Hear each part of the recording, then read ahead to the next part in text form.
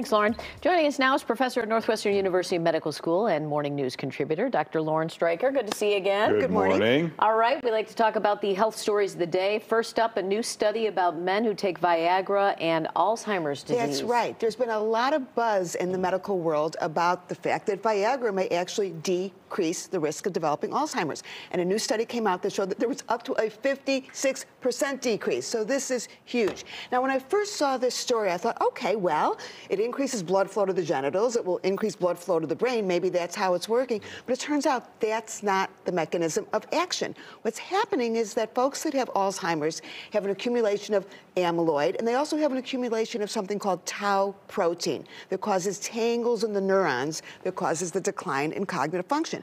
It turns out that Viagra interrupts the formation of these tau proteins. Wow. So there really is something to this. Now, it's a big study, and it was very exciting news that this could be the case, but it was a retrospective study, meaning they didn't look forward, they were looking backwards.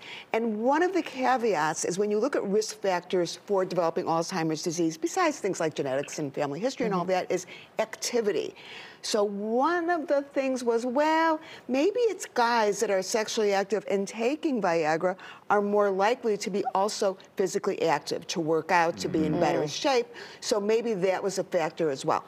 So there's a little caution with this in that, yeah, maybe we need to do another study and go forward. But it's still, interesting. It's really interesting, really interesting stuff. All right. How about estrogen and becoming frail? This is actually along the same lines. I mean, most women, when they think in terms of menopause symptoms, they think, hot flashes, insomnia, dryness, and all of that. But there's a lot of research which now looks towards the impact not just on bone, but on muscles, joints, arthritis, frozen shoulders, things like that. So there's a new phrase which has been coined by an orthopedic surgeon who's actually my guest on my podcast tomorrow, called musculoskeletal syndrome of menopause. And it's this idea that women who take estrogen are much less likely to become frail, and they're much less likely to have all of these aches and pains. And then on the heels of this, another large study came out looking at almost 8,000 women, and what they found is that women who took estrogen were half as likely to end up in nursing homes because of frailty and dementia. So again, circling back to the Viagra story, people who are more likely to be active are less likely to develop dementia and Alzheimer's. So we know that women who take hormone therapy are less likely to have these cognitive changes, but a big piece of it, it's not just the direct effect of estrogen on the brain, it's also the fact that they're more physically active. Aren't people still hesitant about taking hormones? Because what does that go back to? If you it can goes just clear back that up. to the study 20 years ago that came out that showed there's a problem. And quite frankly, the only people that are hesitant are people who have not been given the right information, who haven't reviewed the data. You know, it is very, very clear that not only is it safe, but it is incredibly effective in dealing with short-term problems, but bigger picture long-term problems, which brings me to the next article that I want to talk about, is a huge study, 10 million women who were taking their hormone therapy over the age of 65. Because so many women are told, well, if you do take hormone therapy, you better not take it too long, and they're given some arbitrary cutoff age, like 55, 60, 65.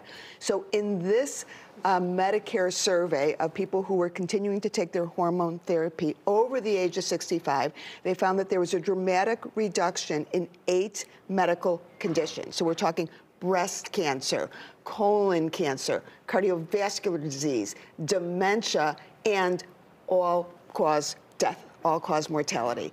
So again, this is all the same thing. We're learning so much about what is going to preserve your cognitive function, your bones, your muscles, your ability not just to age, but to age well. Yeah. So it all kind of ties together. Yeah. All right, our final topic, cannabis and migraines. This is right up your alley. Yeah. So, well, not because I smoke pot. No, I didn't mean that. Yeah, that's all right. You know, look, folks that have these acute migraine headaches, there's not a whole lot to offer them, and this is really debilitating stuff. Right. And a lot of people have turned to cannabis to see if it helps, but there really hasn't been a good study. So in this study, which was really well designed, they had 4 groups. They had the folks that were just inhaling CBD, the folks that had THC, the group that had THC and CBD, and then the ones that were given the placebo, the flower Okay. that smelled and tasted like it. And they found that the group that had the combination of THC and CBD were half as likely to have that migraine continue. You know, there's twice the chance that migraine was going to go away quickly within 2 hours. So another one, we need more research, interesting stuff. We don't know the exact doses, we don't know the exact time, but there does seem to be something to it. To clarify, I interviewed you for a backstory on cannabis, which you did this study that said women were taking cannabis For better menopause sex. symptoms. And better sex? And better sex, right. Better sex and other menopause symptoms, Yeah. right. you guys That's do the tease. You guys do a lot of talking off the air. Oh, we sure do. Oh, just wait. Johnny Pot Smoker over here. I know there's We lots haven't to heard talk Dean's about. segment yet. Yeah. We did some talking too. All right, you can check out Dr. Stryker's Inside Information podcast, Menopause, Midlife, and more. Thanks for being with us. Thank you, doctor. Time for Around Town. Hey, Anna.